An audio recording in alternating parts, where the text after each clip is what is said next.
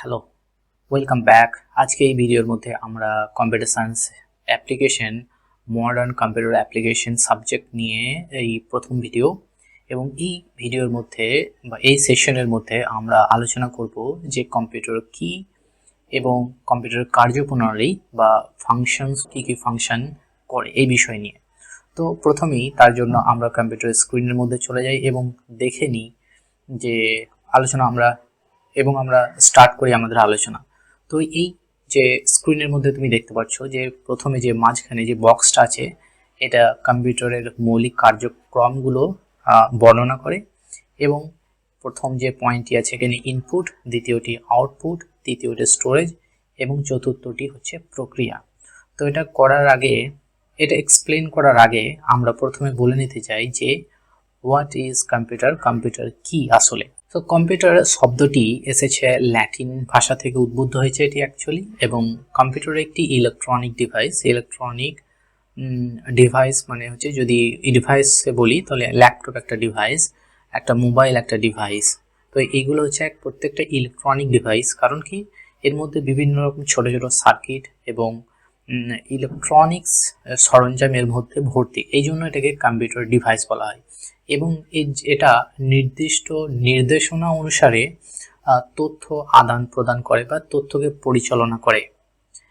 এটা কি করে, এটি একটা ডেটা সংরক্ষণ করতে পারে। অর্থাৎ তুমি যদি মোবাইলের ছবি তোলো, সেই ছবিটা তোমার মোবাইলের মধ্যে স্টোর হয়ে রয়ে যায়। ঠিক একইভাবে কম্পিউটারের মধ্যে বিভিন্ন ধরনের ফাইলগুলোকে সংরক্ষণ করা যায়, এমনকি যেই ফাইলগুলো ডিলিট হয়ে গেছে সেই ফাইলগুলোকে আমরা পুনরুদ্ধার করতে পারি। এবং এর মধ্যে বিভিন্ন রকম প্রসেসিং করা যায়, বিভিন্ন ক্যালকুলেশন করা যায়। কম্পিউটার ব্যবহার করা হয় বিভিন্ন নথিপত্র টাইপ করার জন্য, ইমেল পাঠানোর জন্য, কমিউনিকেশন করার জন্য, একজনের সঙ্গে অপরের সঙ্গে কথা বলার জন্য, তারপরে ইন্টারনেট ব্রাউজিং করার জন্য। ইন্টারনেট ব্রাউজিং কী জিনিস না, যখন আমরা কোনো গুগলে বা কোনো একটা ওয়েবসাইটে সার্চ করি কোনো একটা সার্চ অ্যাপ্লিকেশনের মধ্যে, তো তার মধ্যে গুগলও অন্যতম, যখন সেটাতে সার্চ করি তখন সেটাকে ব্রাউজিং করা বলা হয়। তো ইন্টারনেটে যখন আমি সার্চ করি তখন সেটা হয়ে যায় ব্রাউজিং। তো এই সমস্ত প্রক্রিয়াগুলো আমরা করতে পারি কম্পিউটারের মাধ্যমে। এছাড়াও এটা হিসাব সংরক্ষণ করতে পারে, বিভিন্ন ইকোনমিক্সের জিনিসগুলো, তারপর ডেটাগুলোকে আমাদের ডেটাবেস বলে অ্যাপ্লিকেশন থাকে, সেই অ্যাপ্লিকেশনের মধ্যে জমা রেখে দিতে পারি। এমনকি আমি যে এই টিউটোরিয়ালটা বানাচ্ছি সেটাও আমরা কম্পিউটার ডিভাইসের মধ্যেও বানাচ্ছি, তার মানে আমি একটা উপস্থাপনা এখানে করছি। তারপরে যদি আমরা গেম খেলতে যাই, সেই গেম খেলাটাও কিন্তু মোবাইলের মাধ্যমে কম্পিউটার ডিভাইসের মধ্যে সম্ভব, কিন্তু এর জন্য শারীরিক পরিশ্রম হয় না। তুমি যদি ফিজিক্যাল অ্যাক্টিভিটি করতে যাও তাহলে অবশ্যই তোমাকে মাঠে যেতে হবে। তো এটা হচ্ছে কম্পিউটারের একটা ছোট্ট ডেফিনেশন গেল।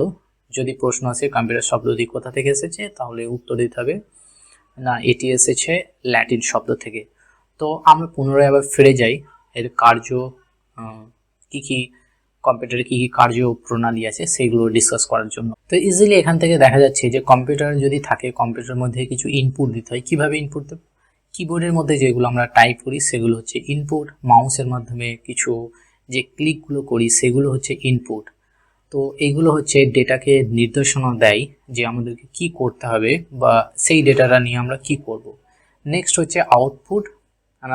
কম্পিউটার কি করে, ইনপুটটা নিয়ে প্রসেসিং করার পরে সেটা কিছু আউটপুট দেয়। তো সেই আউটপুটগুলি অলরেডি ডিফাইন থাকে যে কিভাবে প্রক্রিয়াটা হবে, সেই অনুযায়ী আমাদের ফলাফলটা আমরা পেয়ে থাকি। তারপর 3 নম্বর পয়েন্ট হচ্ছে স্টোরেজ, অর্থাৎ এটা কম্পিউটার স্টোরেজ ডিভাইসের মধ্যে যেটা আমরা প্রসেসিং করলাম সেটা যদি স্টোর করে রেখে দিতে চাই, জমা করে রেখে দিতে চাই, সংরক্ষণ করে রেখে দিতে চাই ভবিষ্যতের জন্য, তাহলে আমরা সেটা করতে পারি। এমনকি ডেটা পুনরুদ্ধার করতে পারি। কোনো ডেটা যদি আমাদের ডিলিট হয়ে যায় তাহলে বিভিন্ন রকম অ্যাপ্লিকেশন আছে যার মাধ্যমে সেগুলোকে পুনরুদ্ধার করা যায়।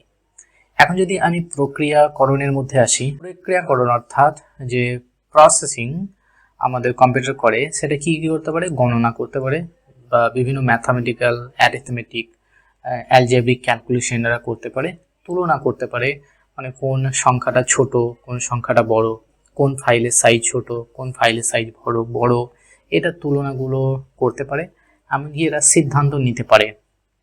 মানে যদি তুমি এটাকে বলো যে এ বড় না বি বড়, এটা তুলনা করে তোমাকে সিদ্ধান্ত নিয়ে বলে দেবে যে এর মান যদি 5 হয়, বি এর মান যদি 2 হয়, তাহলে অবভিয়াসলি এটা তুলনা করে এটা বলে দিতে পারবে যে এ এখানে বড়। তো এখানে এই সিদ্ধান্তটা তুলনা করার পরে সিদ্ধান্ত অনুযায়ী কোনো একটা কাজ যদি আমরা কম্পিউটারকে দিই, তাহলে সেটিও কম্পিউটার খুব ইজিলি করে নিতে পারে।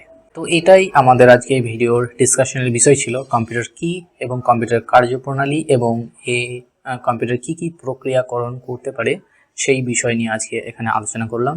তো নেক্সট টপিক নিয়ে আমরা আবার ভিডিও নিয়ে আসবো, টপিক নিয়ে আমরা পরের ভিডিওতে আলোচনা করব।